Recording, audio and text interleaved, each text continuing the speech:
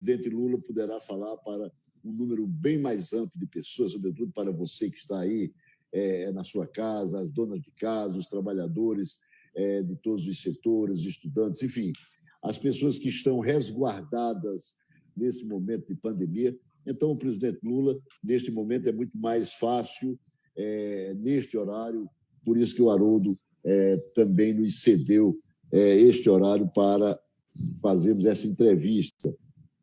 Queremos saudar também, inclusive, aqui todos os profissionais envolvidos nesta transmissão, inclusive na pessoa do Ricardo Stuckert e do Pablo Daniel aqui em Mossoró, no Magno, Hard e no Anderson Gabriel. Pois bem, é uma equipe toda envolvida nesta transmissão. Igualmente, quero referenciar aqui a governadora Fátima Bezerra, que está nos ouvindo, que está nos vendo. Quero referenciar a deputada Isolda Dantas, combativa deputada aqui do Rio Grande do Norte, cuja base é a nossa Mossoró. Enfim, quero cumprimentar o colega entrevistador também, neste momento, Wellington Moraes, e o nosso diretor de programação, Eberson Linhares. Por fim, e que não poderia ser diferente, quero aqui efusivamente cumprimentar o presidente Luiz Inácio Lula da Silva, hoje nosso convidado, está na nossa casa, mesmo que no meio virtual, mas o presidente Lula hoje está conosco. Para nós é uma grande honra poder entrevistá-lo neste momento. Pois bem, presidente Lula, muito bom dia, presidente Lula. A casa é sua. Bom dia, Paulo Linhares, bom dia, Wellington, bom dia, companheiro Haroldo Giacomo, que cedeu o horário dele para vocês.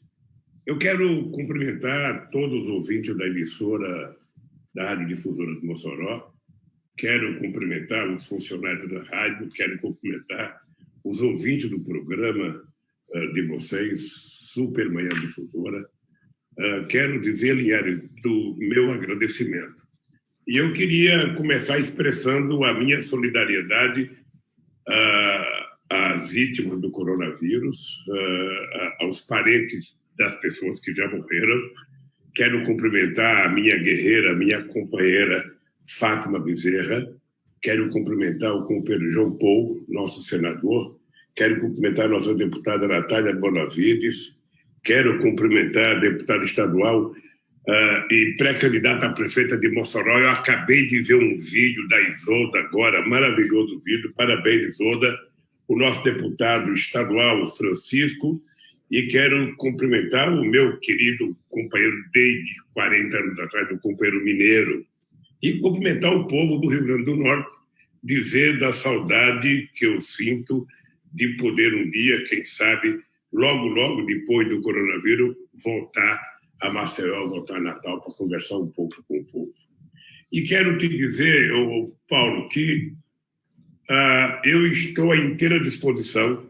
As entrevistas comigo não têm perguntas difíceis, vocês não têm que ter cerimônia, eu só quero que vocês tenham o respeito que eu vou ter por vocês, mas as perguntas vocês façam o que vocês quiserem, não tem pergunta ruim, não tem pergunta difícil, pode ter pergunta que eu não saiba responder, se eu não souber, eu peço ajuda para a Fátima, se ela estiver ouvindo, eu peço ajuda aos universitários. Verdadeira, porque o povo do Brasil está precisando de muita verdade. Então, eu estou à inteira disposição. Usem e abusem. Presidente, então, pegando um gancho aí na sua abertura, né, falando sobre essa questão da pandemia, como é que o senhor avalia esses 1 ano e 7 meses aí de gestão Bolsonaro na visão de um ex-presidente? Você já esteve na cadeira que o Bolsonaro está ocupando agora, e qual é a visão que o senhor tem desses quase 2 anos aí de presidência da República do Bolsonaro? O Wellington, tem uma lição de vida que eu aprendi com a minha derrota para o Collor em 1989. Você nunca viu eu lamentar o fato de eu ter perdido as eleições para o Collor. Eu dizia que talvez tenha sido obra de Deus não deixar eu ganhar aquelas eleições esquecendo o papel que a Globo fez naquelas eleições, esquecendo tudo isso, porque eu acho que o PT, possivelmente naquela altura do campeonato, a gente não tivesse o preparo que a gente teve em 2003, quando eu tomei posse.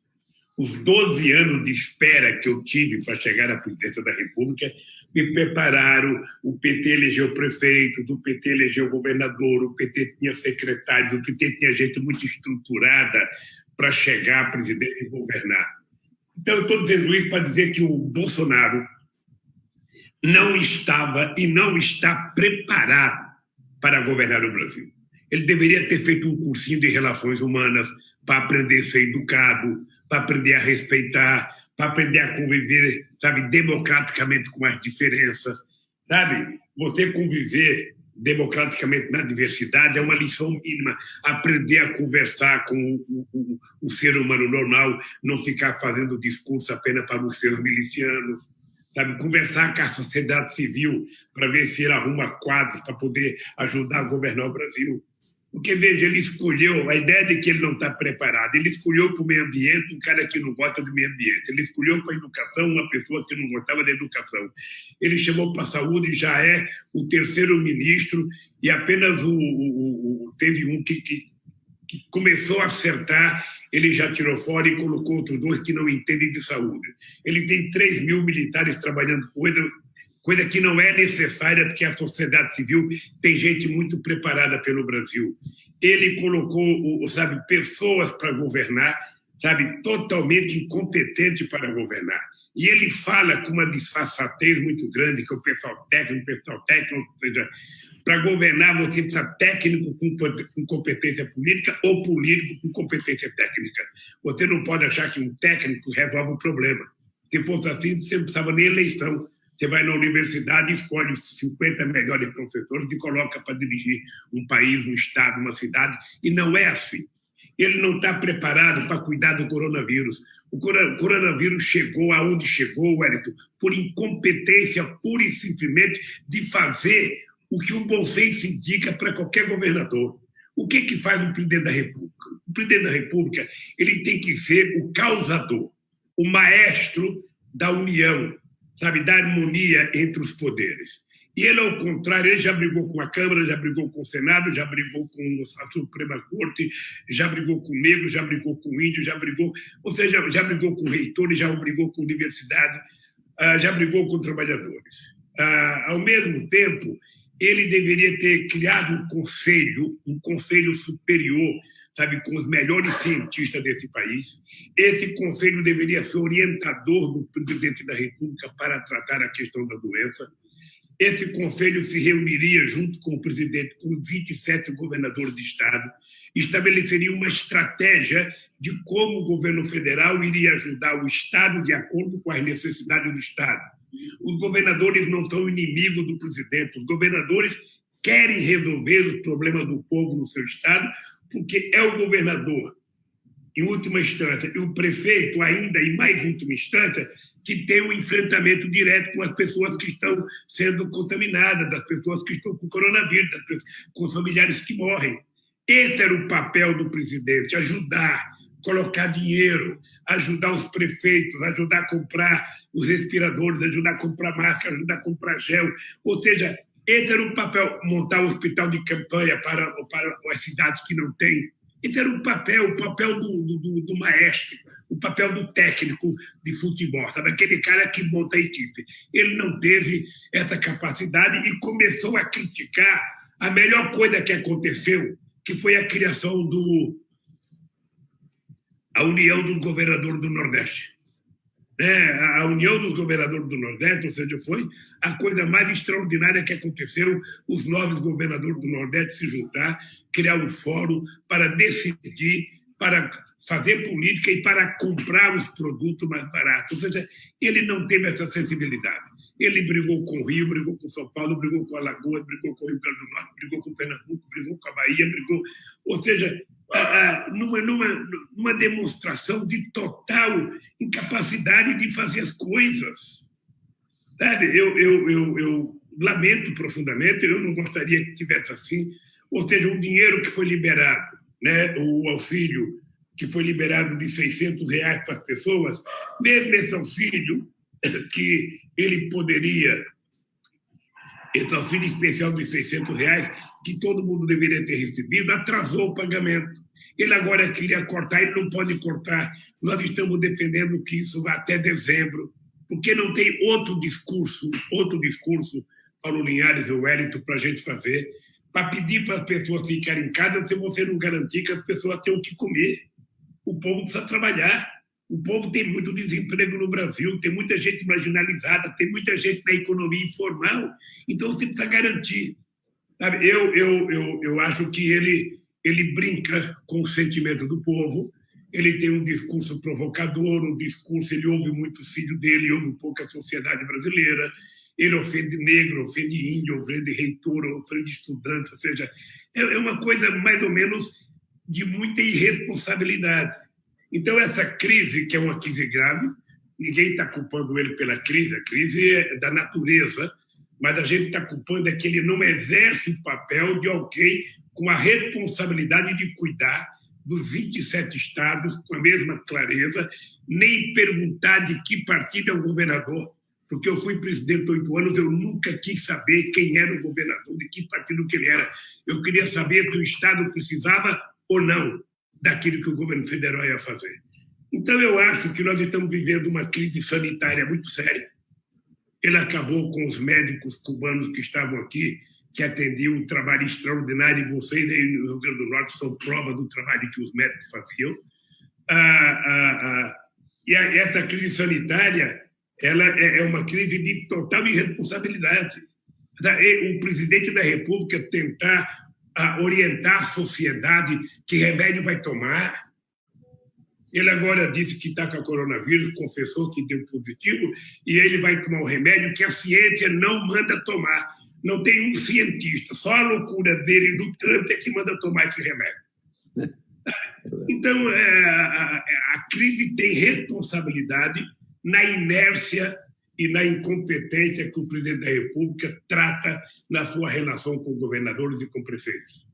É importante dizer para o presidente da República que os governadores de estado, seja de qualquer partido, de qualquer ideologia, e os prefeitos desse país, seja de qualquer partido também, de qualquer religião, eles foram eleitos pelo povo como presidente da República e, portanto, ele merece respeito e merece atenção do presidente da República. E depois, essa crise causou um desemprego muito grande. Né? Ela causou um desemprego muito grande. As pessoas querem trabalhar, obviamente, porque as pessoas precisam trabalhar. A pessoa tem que levar pão para tomar café de manhã para as crianças, a pessoa tem que comprar o leite, a pessoa tem que pagar a conta de luz, a pessoa tem que pagar a conta d'água. A pessoa, sabe? E aí ninguém dá garantia no transporte se ele está higienizado, sabe? Se no local do trabalho está higienizado. O mesmo empregador que fica fazendo pressão para o trabalhador ir trabalhar, para o governador abrir o comércio, não dá nenhuma garantia de vida para o funcionário. Aqui em São Bernardo do Campo, a Mercedes-Benz, ela tinha um acordo, terminou o acordo com os trabalhadores, foi feito outro acordo para voltar a trabalhar. Mesmo assim, com todos os cuidados, as pessoas trabalhando mais distante um do outro, almoçando longe um do outro, mesmo assim, em 15 dias, já teve mais de 200 casos de pessoas infectadas pelo coronavírus. Então, é só o Bolsonaro assumir a responsabilidade de que a pandemia não é uma coisa que se trata com discurso. A pandemia se trata com políticas públicas, com democracia, com conversa, com parceria e com o recurso necessário para colocar, sabe, a máquina para funcionar. O governo poderia, nesse instante, ter um dinheiro só para cuidar do povo que precisa e ter um dinheiro para investir em obra de infraestrutura, que é para gerar emprego para esse povo poder trabalhar e ser feliz, como era no meu tempo, e ter esperança, como tinha no meu tempo. Porque o Rio Grande do Norte é prova do que um presidente da República pode fazer quando ele não briga com o governador. E você sabe que os governadores do Rio Grande do Norte nunca foram meus amigos, mas eu nunca tive uma divergência com nenhum deles. Eu os tratava como se fossem amigos, porque ele era governador eleito pelo povo do Estado. Então, é isso que eu acho que... estamos vivendo no Brasil. Estamos vivendo um desgoverno. E o ministro da Fazenda, ele só sabe sonhar em privatizar, está fechando todas as Petrobras no Nordeste brasileiro, fechando todas. Ele não tem noção que mais de 7 mil postos de trabalho no Nordeste já foram fechados por conta da irresponsabilidade dele em tentar desmontar a Petrobras para cumprir promessas feitas ao governo americano. Esse é o dado concreto, meus companheiros do Estado do Rio Grande do Norte e meu querido Wellington. Presidente Lula, o senhor falou aí na questão do consórcio Nordeste. Eu, particularmente, venho defendendo essa ideia, não apenas para estados, mas também para municípios. Porém, neste momento se coloca a questão dos consórcios estaduais e que tem dado bons resultados. Mas eu queria derivar dessa questão que o senhor colocou em relação aos consórcios para um outro campo. A gente sabe que a Federação Brasileira tem muitos problemas, inclusive um problema crônico de centralização do poder na esfera federal. O senhor foi presidente da República, bem sabe que a União é que tem tudo, a União é que pode fazer tudo, e os estados são pobres e os municípios mais pobres ainda. Mas eu queria saber do senhor exatamente o seguinte: esses consórcios mostram que é possível a gente pensar num novo tipo de federação. Inclusive, vários juristas brasileiros importantes, e aqui eu referencio o professor Paulo Bonavides, que sugeriu, inclusive, na época da Constituinte, ele foi um daqueles notáveis que fizeram o anteprojeto submetido à Assembleia Constituinte. Ele preconizava também ele preconiza essa questão do federalismo regional. O senhor acha que nós precisamos de redesenhar a federação? A gente tem que ter uma federação diferente, em que os estados e os municípios possam ter, digamos, mais poder de fogo, mais condições do que tem hoje, presidente? Esse modelo de federação, me parece que ele vem desde a Constituição, a primeira Constituição depois da proclamação da República. É esse modelo que está. Eu dei uma demonstração, Paulo Linhares, você que tem muita comunicação, muito contato, pode conversar com outros governadores daí do próprio Rio Grande do Norte, que não eram do PT. Quando eu assumi a presidência, eu tinha duas coisas na cabeça na minha relação com o Estado e município. É que o governador e o prefeito não podem ficar mendigando ajudas em Brasília para ficar devendo um favor a deputado. Às vezes, o coitado do prefeito, ele vai para Brasília, chega em Brasília, ele fica embaixo do braço de um deputado que leva ele no ministro, leva ele no outro, leva ele no outro, leva ele no outro. E às vezes não consegue nada. Eu tinha na cabeça que era preciso garantir recursos para que o prefeito tivesse condição de fazer algum investimento na sua cidade e para que o governador também pudesse fazer. Por isso é que, quando nós construímos o PAC, primeiro nós pensamos as obras de caráter nacional. Depois nós chamamos os governadores para dizer quais eram as obras de caráter estadual. E depois muitos prefeitos das cidades maiores a dizer quais eram as obras municipais. E foram eles que fizeram o projeto das obras em cada área, para que a gente pudesse trabalhar em conjunto, para que o governador não ficasse apenas mendigando dinheiro, mas que ele tivesse o prazer de construir sua própria obra. E isso foram 8 anos de governo que nós fizemos assim. 8 anos de governo. É por isso, Paulo Linhares, que quando eu fui candidato, em 2010, quando eu estava apoiando a Dilma, nós não tivemos um panfleto de nenhum deputado contra o governo Lula. Porque nós tínhamos mantido uma relação altamente civilizada. Eu acho que o prefeito e o governador, eles precisam ter um pouco mais de liberdade para poder governar, para poder ter um pouco de dinheiro a mais. Por isso é que eu fazia empréstimo do BNDES para os governadores dos estados mais ricos e fazia obras nos estados com dinheiro do planejamento. Se você pegar, e vocês devem ter, que eu não vou ficar citando aqui, mas se você pegar as grandes obras que a gente fez, sabe? Por exemplo, o aeroporto de São Gonçalo do Amarante, se a gente fosse pensar bem, a gente não tinha dinheiro para fazer. mas o desejo do Estado do Rio Grande do Norte era tanto que nós resolvemos, fazer, na perspectiva de construir uma parceria mais tarde, e ele hoje está funcionando. A transposição do Rio São Francisco, vocês sabem que Dom Pedro tentou fazer isso há um século e meio atrás, e nós só fizemos porque era justo tirar 12 milhões de brasileiros da extrema seca. Lamentavelmente, aí no Rio Grande do Norte, parece que no Eixo Norte, nós deixamos 94% da obra pronta e falta pouco por cento, eu não sei se acabaram. Mas é importante as pessoas se darem conta de que os estados precisam ser tratados com mais respeito. O Estado é um ente federado que o governador é eleito pelo povo, então ele tem que ser tratado com respeito, tem que ter conversa civilizada. Nem o governador pode ficar governando apenas fazendo oposição ao governo federal, e nem o presidente pode governar fazendo só oposição ao governo estadual. Nem esse negócio do governador não gosta do presidente, o presidente não gosta do governador. Ninguém está falando em casamento. A gente está falando em relação entre seres humanos que têm cargos públicos e que precisam se respeitar, porque se eles não se respeitarem, quem paga o preço é o povo. Eu só posso dizer, Paulo, que eu dou os 8 anos de mandato como exemplo da relação com os governos. Foi o melhor momento da história do Nordeste na sua relação com o governo federal, porque tudo que foi possível fazer, tudo, sem distinção, eu fiz porque era minha obrigação não cuidar do governador, cuidar do povo do Rio Grande do Norte, cuidar do povo da Paraíba, cuidar do povo do Ceará. Eu estava cansado, Paulo. Eu estava cansado. Você sabe que eu sou de Caetés, naquele tempo chamava Garanhuns, porque Caetés só virou em 1962.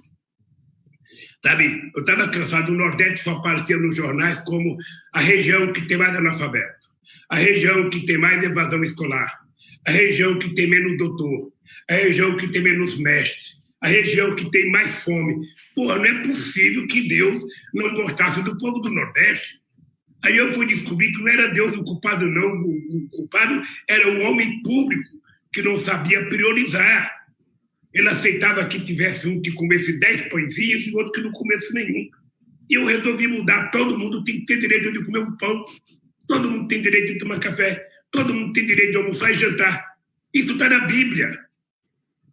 Sabe? E por que não conceder? Quem é que disse que a seca era responsável pela fome? Quem é que disse? A seca, eu sempre disse, Paulo Liade, a seca é um fenômeno da natureza. A fome, por causa dela, é irresponsabilidade dos governantes. É como o gelo no Canadá. Você olha o Canadá, você fala, pô, esse povo faz o que na vida com tanto frio, com tanto gelo? Eles aprenderam a conviver. Eles sabem a hora que vai ter o gelo, eles trabalham muito mais do gelo, o produto que tem que produzir, e depois eles vivem tranquilamente. E no Nordeste, a hora que a gente leva água para as pessoas beberem, para as pessoas plantarem pequenas coisas, você pode ficar certo que o nosso Nordeste, eu tenho orgulho, Paulo e Wellington, de, nos meus 8 anos de governo, a pesquisa mostrava o seguinte: o brasileiro era o povo mais feliz do mundo e era o povo que tinha mais esperança do mundo. Você não sabe a minha alegria quando eu via na televisão um pobre sertanejo do Nordeste trocando o seu jeguezinho por uma motocicleta. A alegria que aquilo dava, uma cacimba, como foi feito, mais de 40 mil cisternas no Rio Grande do Norte, 37 mil e poucas cisternas no Rio Grande do Norte, para a pessoa não ver a sua cabrinha morrer de fome, morrer de sede. E isso é papel do presidente da República, do maestro da política. É como orquestra mesmo. Eu falo orquestra porque é a coisa mais fácil de entender. O maestro não é obrigado a saber tocar todos os instrumentos, mas ele tem que entender de música. Ele tem que entender da afinação. Ou um técnico de futebol, que tem que colocar o jogador certo na posição certa. Esse é o papel do presidente. E essa é uma coisa que o Bolsonaro não sabe fazer. É por isso que o Brasil está assim. É por isso que nós temos muito desemprego. É por isso que o coronavírus, daqui a pouco a gente está ganhando dos Estados Unidos. Você pensa que eu tenho orgulho de estar falando isso? Não tenho, Paulo. Não tenho orgulho. Eu, sinceramente, Eu gostaria que o Bolsonaro, sabe, pagasse mais salário do que eu paguei, aumentasse salário mínimo mais do que eu aumentei, desse mais comida do que eu dei, desse mais motivação para o pequeno produtor, para o pequeno empresário do que eu dei. Ou seja, que ele passe para a história como o presidente que fez mais política social do que o governo do PT, em todas as áreas, mais na saúde. Não, ele está acabando com a farmácia popular, sabe? Destruindo o ProUni, destruindo o FIES. Você não sabe, Paulo, o orgulho que eu tenho do que eu fiz. Eu só pude fazer, não era porque eu sabia fazer, não. Era porque o povo me ajudou a fazer. Eu fiz 74 conferências nacionais para decidir todas as políticas públicas do governo. Eu não tinha medo de fazer aquilo que o povo queria que eu fizesse, porque o povo, discutindo junto, ele tinha muito mais possibilidade de acertar do que a cabeça de um presidente sozinha. Foi isso que o Brasil deu certo e é isso que o Brasil não está dando certo agora. Vice-presidente, o senhor saiu, né, da presidência em 2010 com mais de 80% de aprovação. De lá para cá, a classe política vem sofrendo muito, um desgaste muito grande. A classe política partidária, inclusive criminalizada.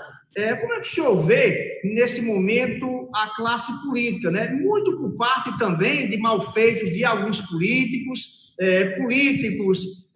roubaram a nação, uns foram presos, outros não, mas o cidadão, né, o cidadão comum, e eu faço 2 programas aqui na Difusora, vem ficando, a cada eleição, mais descrente com a política, e com isso fica aparecendo, presidente, sempre aparecem novos atores políticos, novos, digamos assim, oportunistas, né, fazendo a mesma coisa que os políticos que sempre faziam, estão fazendo. O Wellington, grave uma coisa que eu vou lhe falar, que é um exemplo histórico da humanidade. Toda vez que num país, num estado ou numa cidade, você começa a negar a política, dizendo que a política não presta, que nenhum político presta, que nenhum político é isso, que todo mundo é ladrão, que todo mundo é corrupto. Toda vez que você vê uma campanha dessa, você pode ter certeza que o resultado será pior. O que vem depois da política é pior. Porque os problemas do mundo serão resolvidos pela política. E aqui no Brasil, tá, eu posso te dizer, eu não quero entrar muito nesse debate, porque dizem que eu brigo muito, mas aqui no Brasil, a Lava Jato, que poderia ter sido um programa que pudesse efetivamente combater a corrupção, na verdade, ela resultou numa quadrilha do Ministério Público fazendo acordo. Você viu que ontem o Ministério Público tinha 500 milhões guardados. Aonde é que estava guardado esse dinheiro para dar para o governo, para tentar melhorar a imagem deles agora? Nós tivemos 4 anos a serviço, sabe, subordinado, tanto o juiz Moro quanto a Força-Tarefa de Curitiba, subordinado ao Departamento de Justiça dos Estados Unidos, que era preciso quebrar as empresas brasileiras e que era preciso prender o Lula, porque o Lula não poderia ser candidato em 2018, era preciso tirar Dilma. É isso que aconteceu. Agora, eu sou favorável, Wellington, tudo que aconteceu nesse país para combater a corrupção foi feito no governo do PT. Pegue um advogado qualquer aí, não sei se o Paulo é advogado, pega advogado e diz, todos os mecanismos de proteção ao dinheiro público foi feito no nosso governo. A Polícia Federal quase que dobrou o número de funcionários, a Polícia Federal teve muito investimento na inteligência, o Ministério Público, eu adotei a autonomia do Ministério Público, indicando o primeiro da lista, ou seja, em todos, tanto no meu governo quanto no da Dilma, ou seja, nós fortalecemos as instituições, a Controladoria Geral da República, que era nada quando eu entrei, nós transformamos num baita do ministério, capaz de fiscalizar cada ministro, sabe? E essas pessoas, então, a política foi destruída. Aí começa a aparecer os salvadores da pátria, né? O tenente, o cabo, o major, tudo aposentado, sabe? Salvador da pátria, estão aí. Aí aparece o cara dizendo que é preciso vender revólver, vender rifle, vender metralhadora, comprar bala. O povo não quer comprar bala, o povo quer comprar comida. O povo quer comprar livro.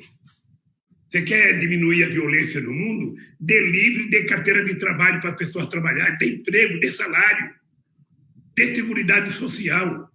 Então, eu acho que a política hoje não está boa. Não está boa. O Congresso Nacional de hoje é muito pior do que o Congresso Nacional passado.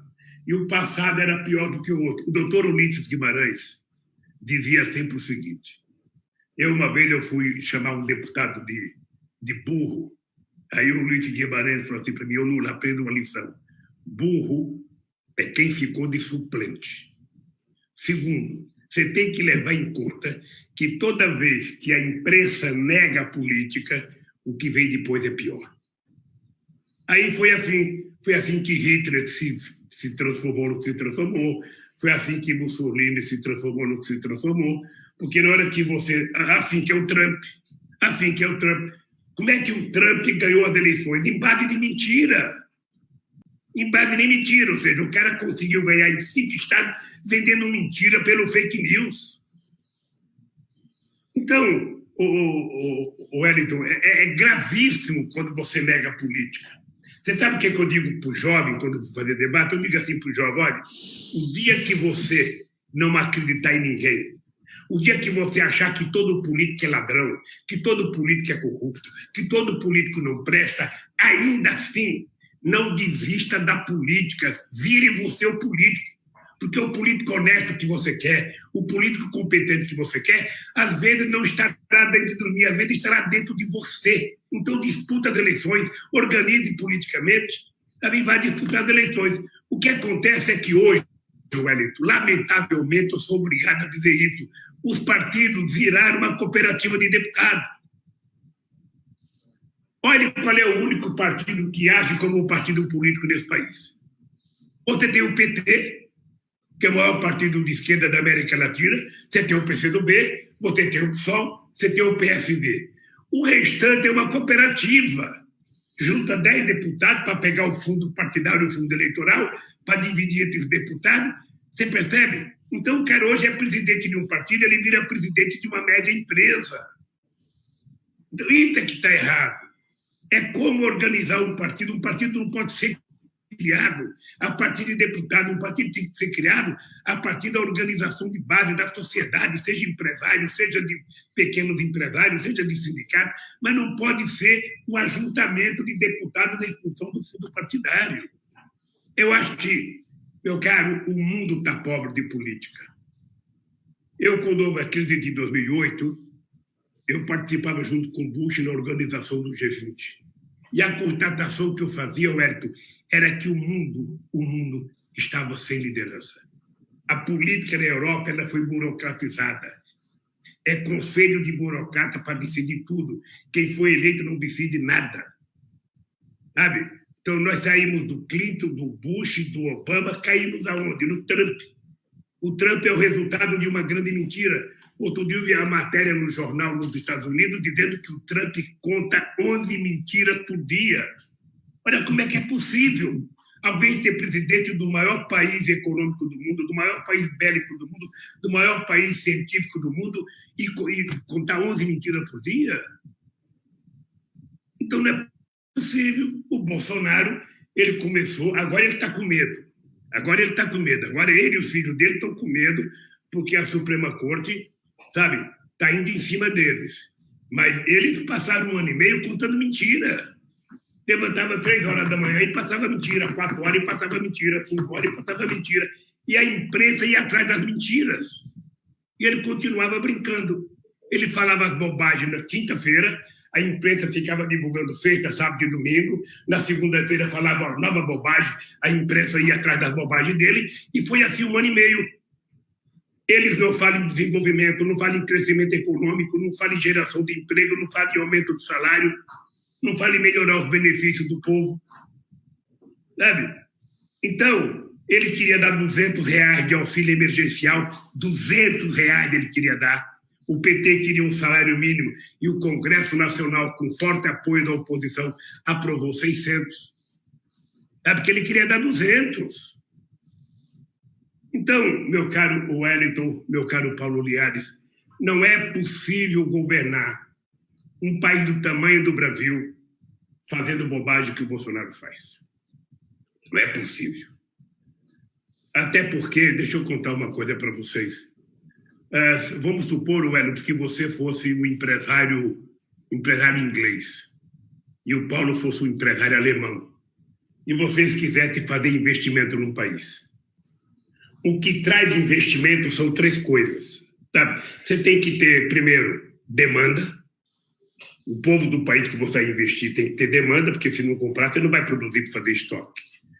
O governo tem que ter credibilidade e tem que ter previsibilidade. Além do que, você tem que ter energia para oferecer, mão de obra qualificada. Sabe? Tudo isso é que dá ao país a opção dos investimentos, não é pelos olhos do presidente. O presidente fala, vou para a Suíça, vou arrumar empresário para investir, vou para os Estados Unidos. Aí o cara vê o que ele faz aqui na Amazônia, o povo vê o que ele trata do negro, ele chega a falar de negro pesando em arroba. Então é o desprezo dele pelas comunidades quilombolas. Como é que a gente pode viver?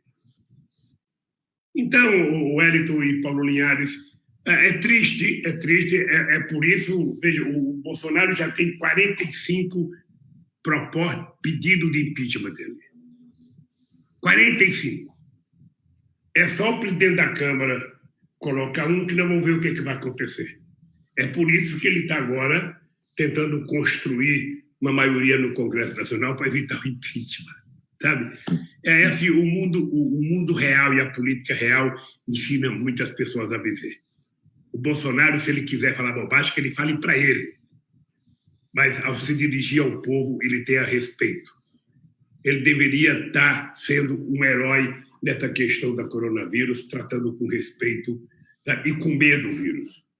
Ele agora está contaminado, eu espero que não seja grave, espero que ele viva, para que ele, sabe, responda, sabe, pelo que ele está fazendo para a sociedade. Eu acho que, de vez em quando, ele é um genocida. Quando alguém pergunta para ele, morreram 30 mil, eu falo, e daí? Agora já não são mais 30 mil, agora são quase 70 mil. Essas pessoas, o Wellington e Paulo Linhares, essas pessoas que morreram têm filhos, têm pais, têm mãe, têm mulher, tem gente que gosta deles. O presidente não pode tratar com desdém, sabe, a sociedade brasileira, sobretudo as vítimas do coronavírus, como ele trata hoje. Então é por isso que o Brasil está em dificuldades. Eu digo sempre o seguinte, Wellington, é muito mais fácil e é muito melhor a gente ser bom.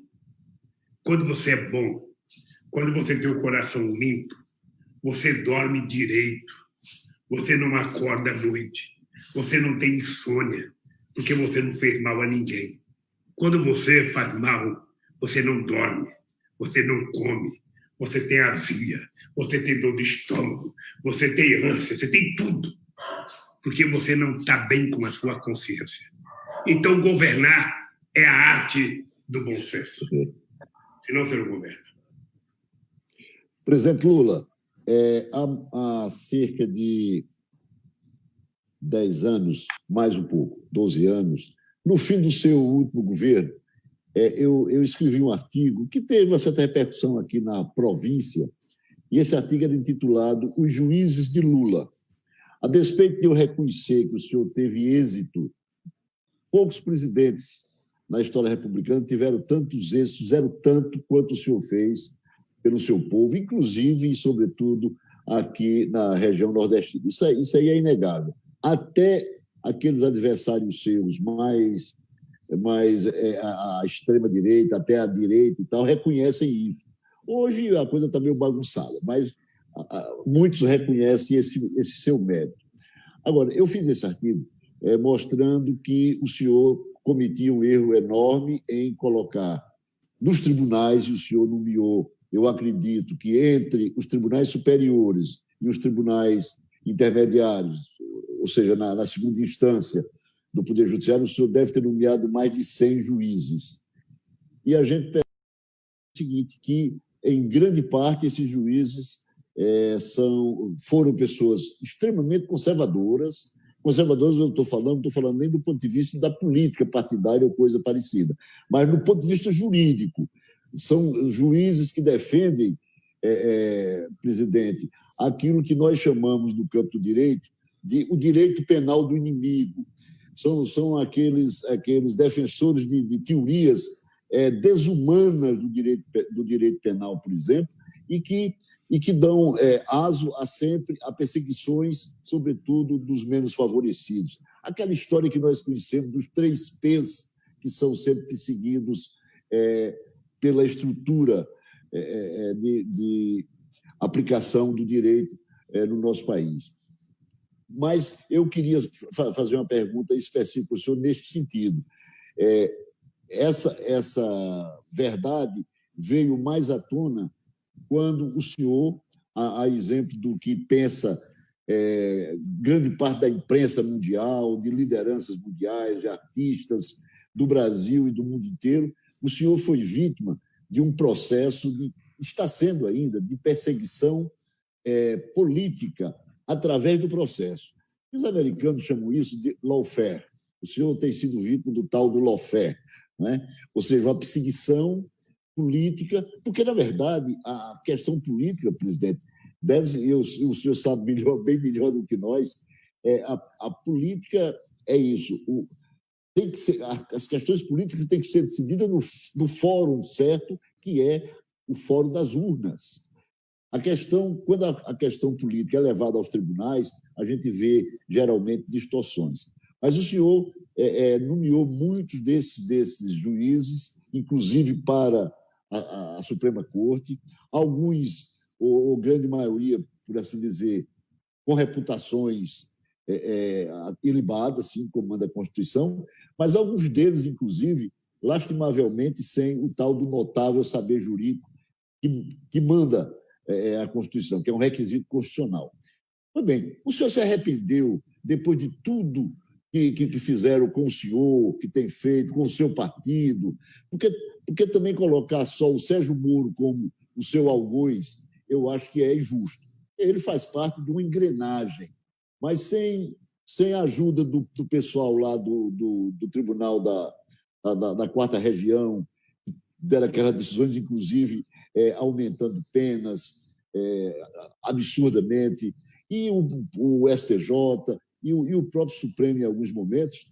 Tudo isso, todo esse mecanismo foi voltado para prender o Lula, para, no certo sentido, satanizar o partido do Lula. Inclusive, eu fiquei muito triste porque eu vi aqui não vou citar nomes, mas eu vi um desses juízes que o senhor nomeou, que talvez tenha sido seu amigo, não sei, mas ele foi exatamente quem cunhou a frase de que o PT que, na verdade, eu acho, e aqui coloco de maneira muito profissional isso, como estudioso da questão dos partidos políticos também, presidente, eu acho que é uma das maiores experiências de partido de massa que temos no mundo.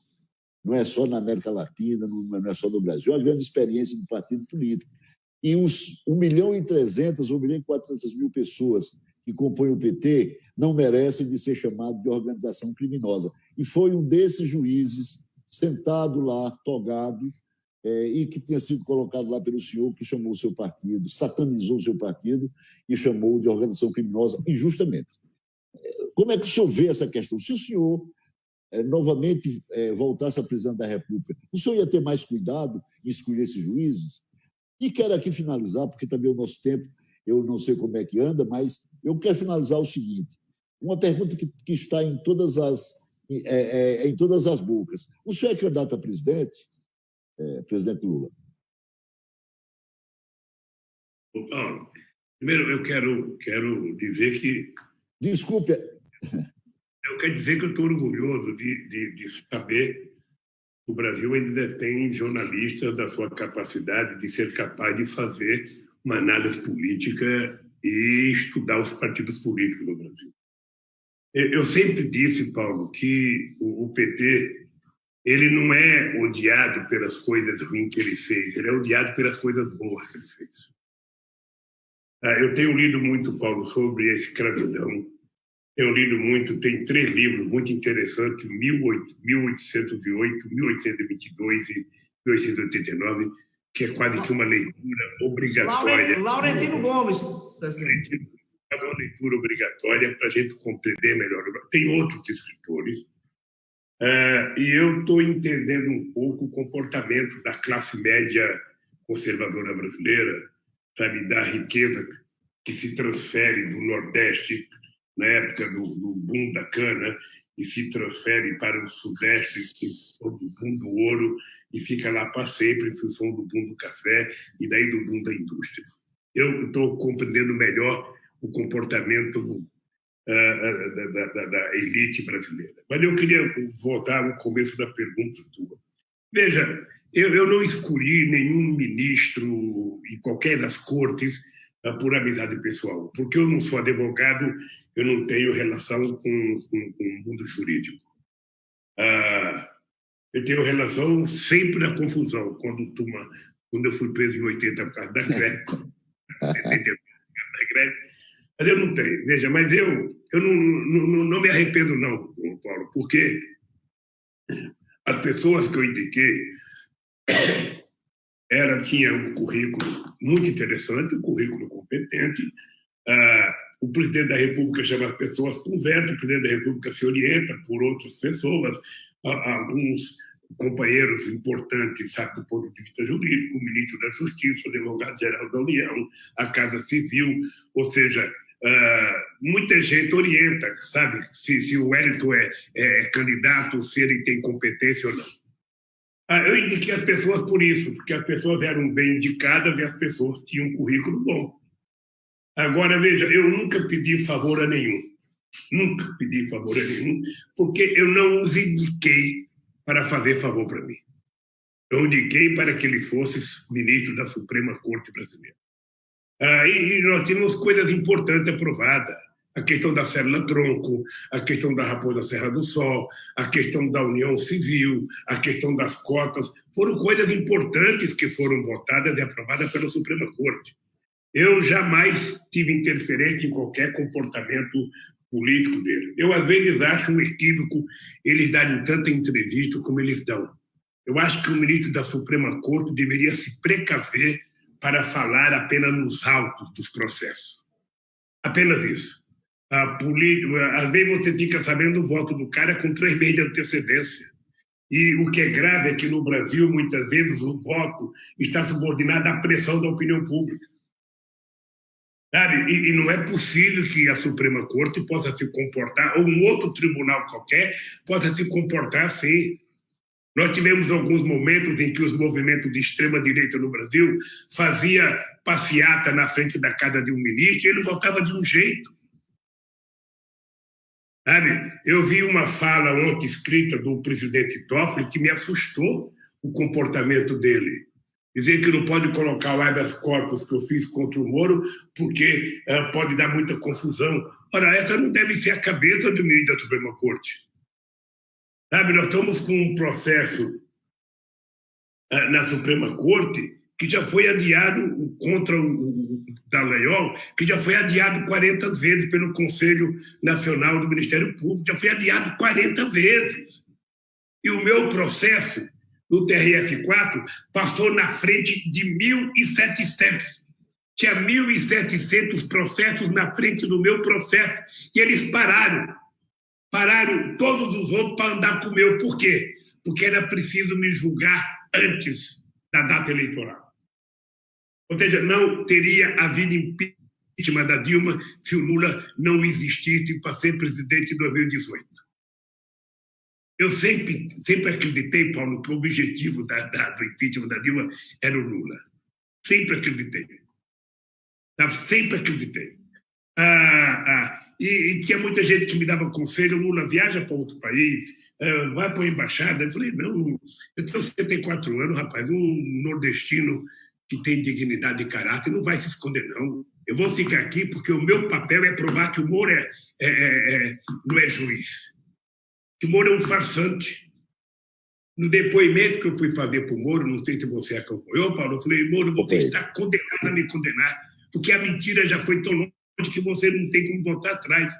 Esse Dallagnol, que é quem cunhou a ideia que eu era chefe de quadrilha, o processo da quadrilha foi derrotado dessa segunda vara federal em Brasília. Faz 2 meses, acabou o processo. A 12ª vara da Justiça Federal de Brasília acabou, disse que não teve chefe de quadrilha.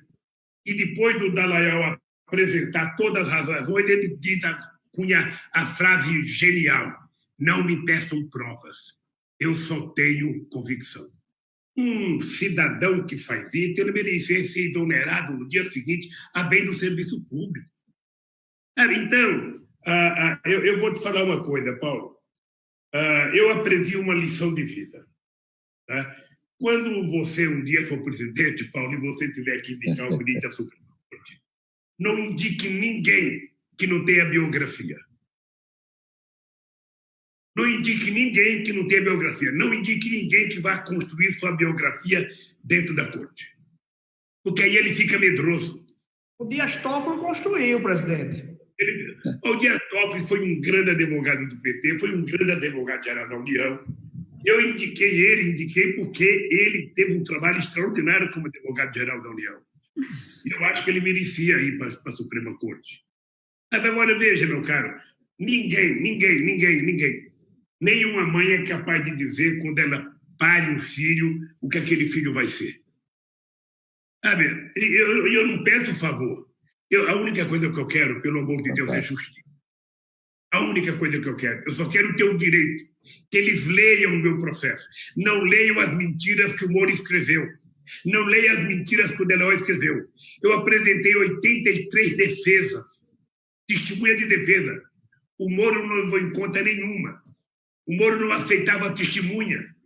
Dependendo da testemunha, ele não aceitava.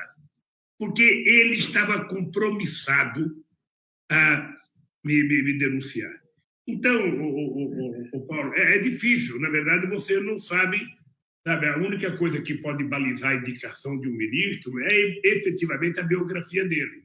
É você analisar o passado, analisar o presente, você vê como é que ele se comportou em causas relevantes, sabe? Porque aí você indica as pessoas, sabe, com possibilidade de errar menos. Eu vou te contar uma história. Eu teve um ministro que foi indicado na minha sala. Esse até era meu amigo. Esse até foi motorista meu, ou seja, me buscava no aeroporto. Ele foi indicado. A primeira indicação dele foi de 3 grandes juristas, 3 das maiores figuras do mundo jurídico desse país. E me falaram: olha, presidente, se o senhor indicar fulano de tal, esse fulano de tal, ele é muito competente, ele é muito sério, ele é muito não sei das contas e tal. Sabe? Eu consultei algumas pessoas, indiquei. Sabe? Ele não foi nada do que as pessoas falaram. Tá?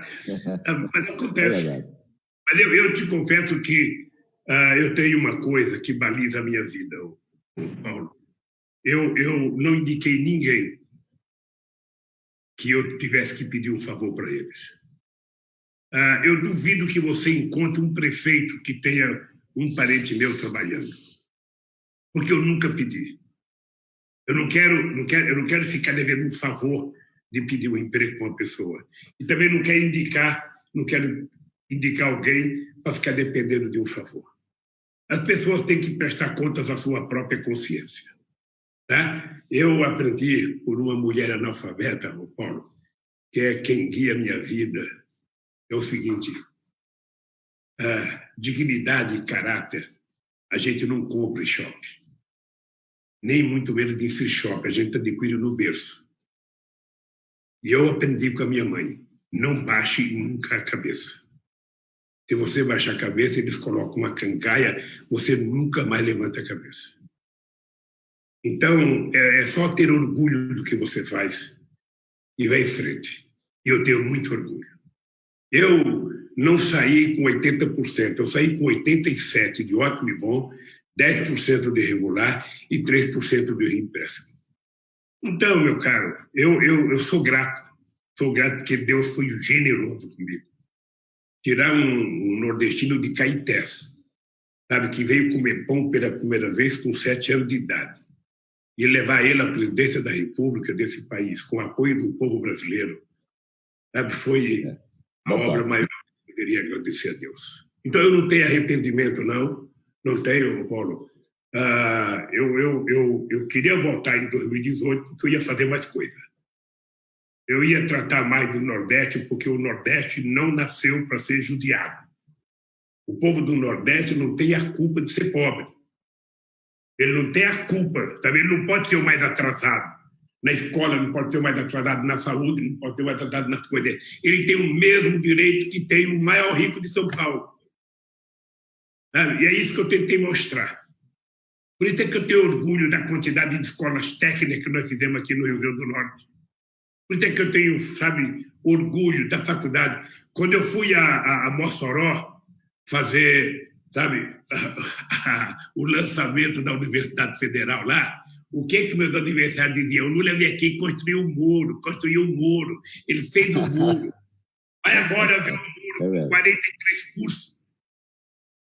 Vai ver o muro. Porque essa gente nunca, e mesmo os políticos do Nordeste nunca inventaram, nunca reivindicaram uma escola técnica, sabe? Uma guerreira como a Fátima é responsável pelas 23 escolas federais que nós fizemos aqui nesse estado.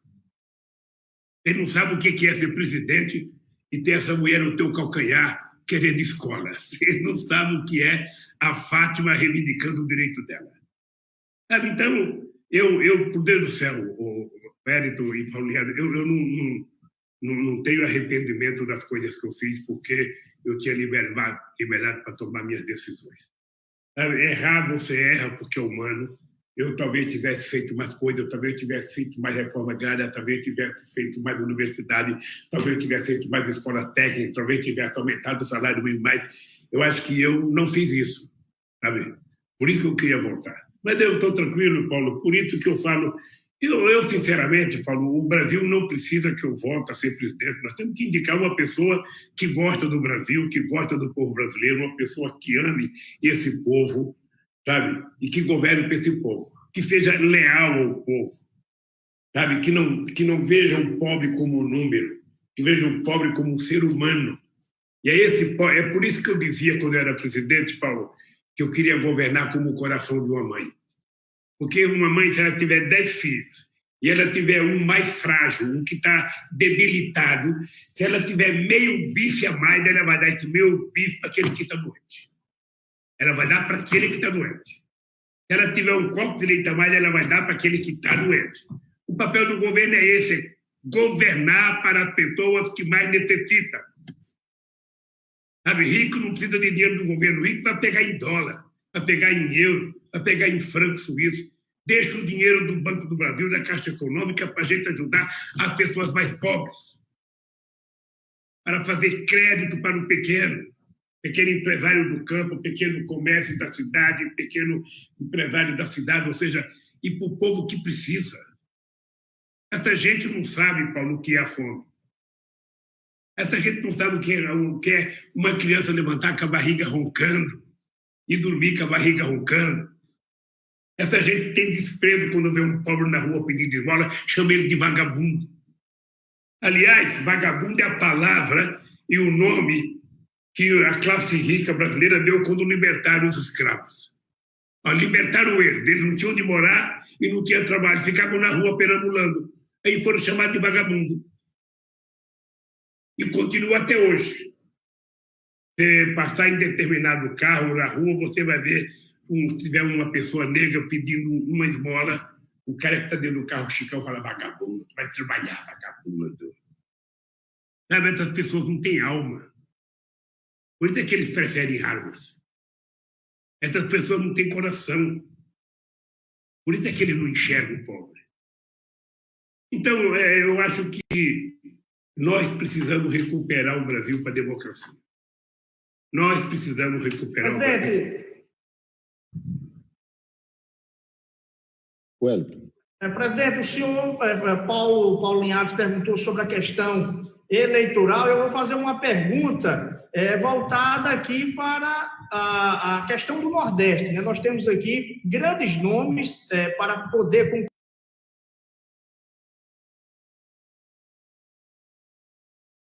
concorrer à eleição. Temos o governador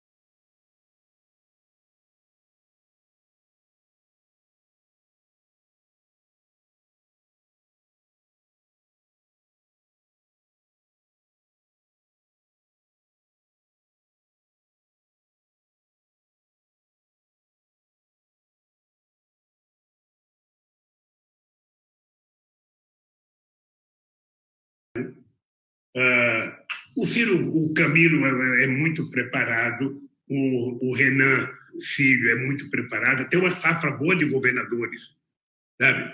E a direita também tem os dela.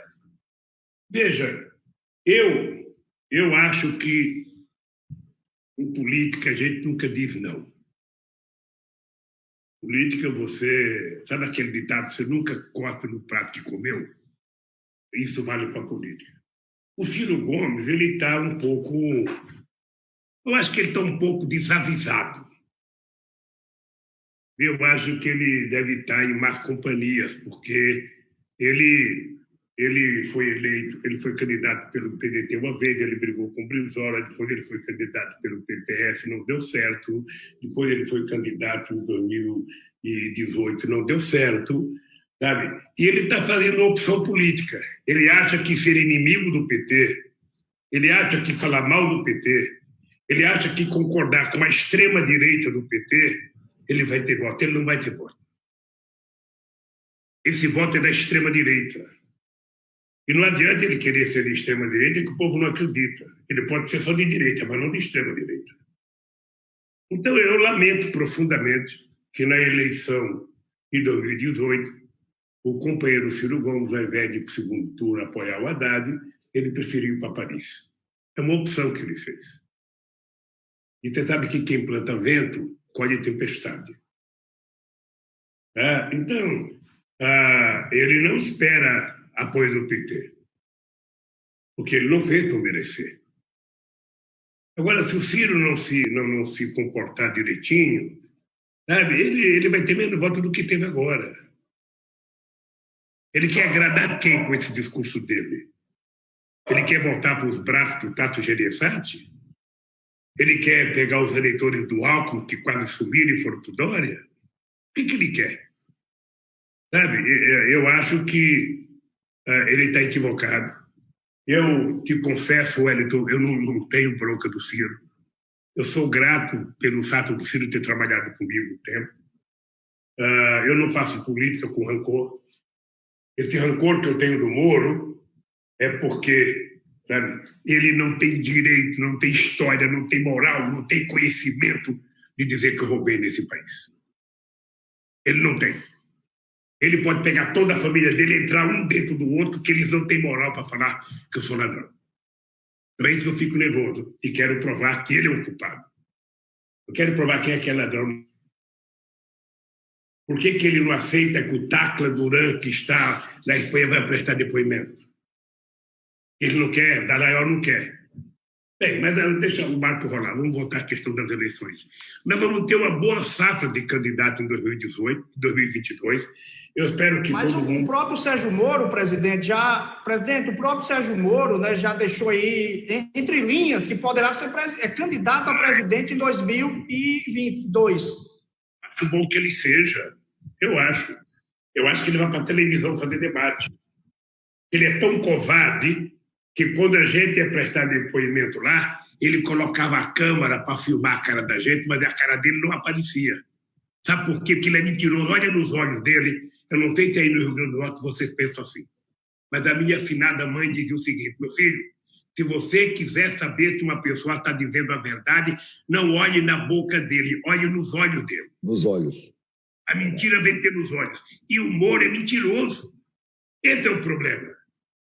O Moro é uma cria da Globo. A Globo criou esse boneco de barro. E a Globo vai tratar de defendê-lo. Eu acho ótimo que ele seja candidato. Eu quero que ele vá nos debates na televisão. Sabe? É bom para a gente medir o tamanho dele. Sabe? Então, as pessoas ficam achando que ele vai ser um bom candidato. Deixa entrar. Deixa entrar na luta para saber como que é o ringue. Ele tem que entrar no ringue. Sabe? Não é tão fácil. Sabe? Ele não vai estar com uma toga, se protegendo de tudo e de todos. Ele vai ficar nu diante da sociedade brasileira. Vamos ver como é que vai ser. Mas eu acho que todo mundo que tem idade pode ser candidato. E aí todo mundo disputa o primeiro turno. Se não der, quem for para o segundo turno, apoia. Agora, o PT não pode ser odiado por o PT ser grande. Veja, o PT tinha 7 anos de idade. O PT foi para o segundo turno em 89, disputando com Brizola, Ulisses Guimarães, Aureliano Chaves, Mário Covas, Afif Domingos. O PT, sabe, com simples metalúrgico, o PT foi para o segundo turno em 89 e 94. O PT foi o segundo partido em 89, 94, 98, o primeiro em 2002, o primeiro em 2010, o primeiro em 2006 e o primeiro em 2014. E seria o primeiro em 2018. Vocês sabem que eu ganharia as eleições no primeiro turno, porque contra mim, algumas mentiras que foram contadas contra o Haddad eu não pegava. Sabe? Não pegava. Então, eu só fico pedindo a Deus que é o seguinte: eu não gosto de discutir eleição agora, viu, Everton, porque o povo está numa pindaíba tão grande, esse povo está passando tanta necessidade, é que está todo mundo, tem muita gente dentro de casa, sabe? Mas tem muita gente que levanta de manhã, não tem um pó de café para fazer café. Eu acho que é essa a nossa preocupação.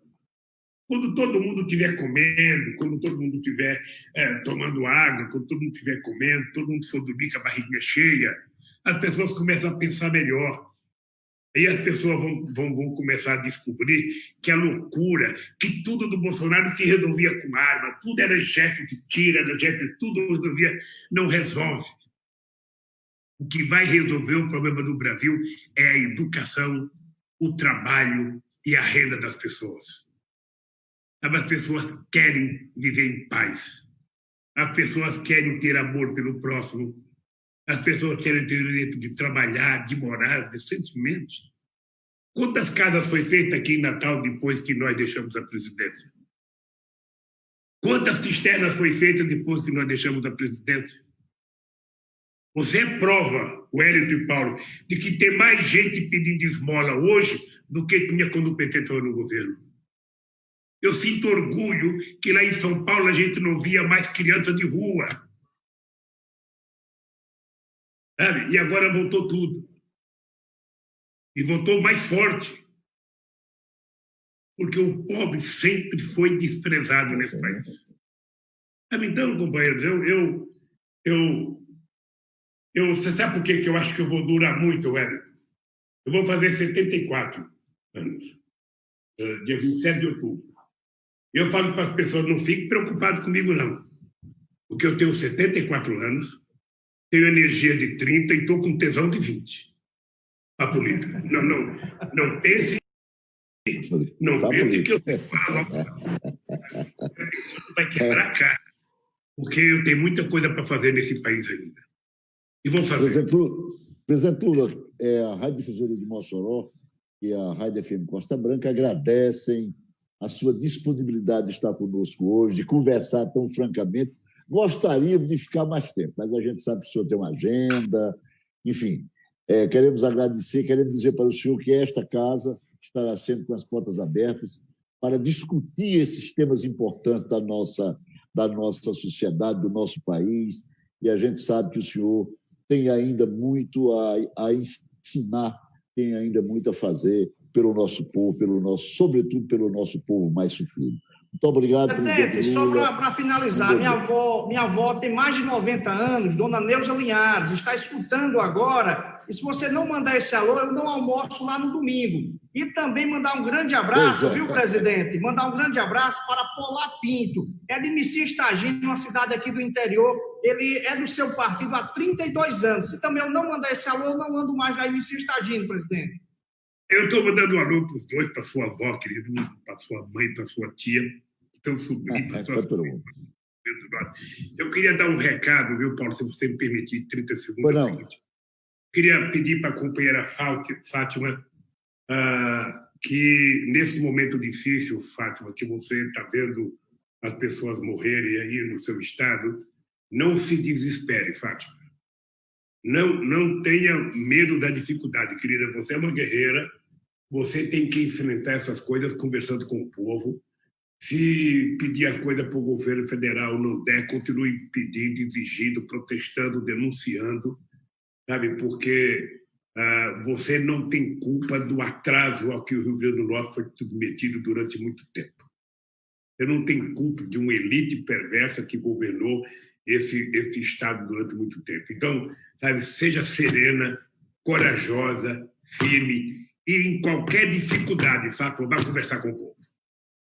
Quando a gente não tem solução, quando a gente está meio desanimado, a gente conversa com o povo, a gente recupera oxigênio, coragem e força. Tá? Então, quero que você saiba que você conte comigo, o que eu puder fazer por você, apesar de não sair de casa, o que eu puder fazer por você, querido, eu estou à disposição, porque eu não esqueço nunca, Paulo, a minha primeira ida ao Rio Grande do Norte na campanha de 89, no segundo turno. Da hora que eu desci no aeroporto, a hora que eu cheguei no centro da cidade, a quantidade de gente naquela avenida do aeroporto da cidade, a quantidade de gente naquelas pinguelas, sabe? Era tanta gente que eu pensei que eu já tinha ganho as eleições. Então, eu sou muito agradecido ao povo do Rio Grande do Norte, de coração. Eu queria aqui dar um beijo em todo mundo, no coração de homem, de mulher, de quem gosta de mim, de quem não gosta, sabe? Eu estou numa idade que eu não tenho mais o direito de ter rancor com ninguém. Sabe? Eu já disse para vocês, é melhor a gente ser bom. Quando a gente é bom, a gente dorme melhor. Então, um grande abraço, obrigado pelo carinho, Paulo, obrigado, Reto, obrigado, Haroldo, Jacob, embora você não tenha participado do seu horário. E parabéns a todos os funcionários, sabe, da emissora difusora de Mossoró e das coligadas que transmitiram, e as internautas que nos acompanharam também. Tá? Porque eu estou aqui falando para o Brasil inteiro. Wellington, você e o Paulo hoje estão falando com o Brasil inteiro. Até em São Bernardo, onde eu estou aqui. Abraço no coração. Abraço, amigo. Abraço, presidente. Até mais. Muito bom. Ok?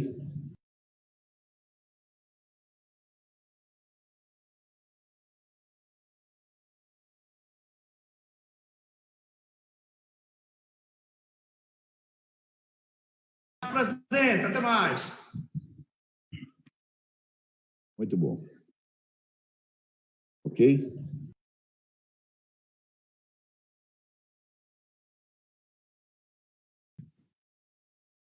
Abraço, presidente. Até mais.